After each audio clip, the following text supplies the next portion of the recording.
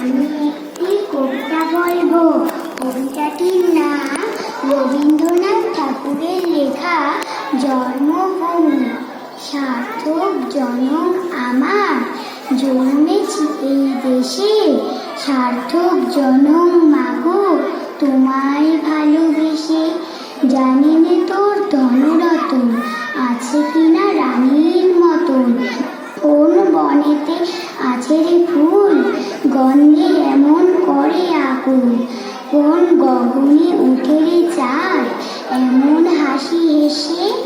আঁখি মেলে তোমার আলো, প্রথম আমার চোখ জুড়ালো।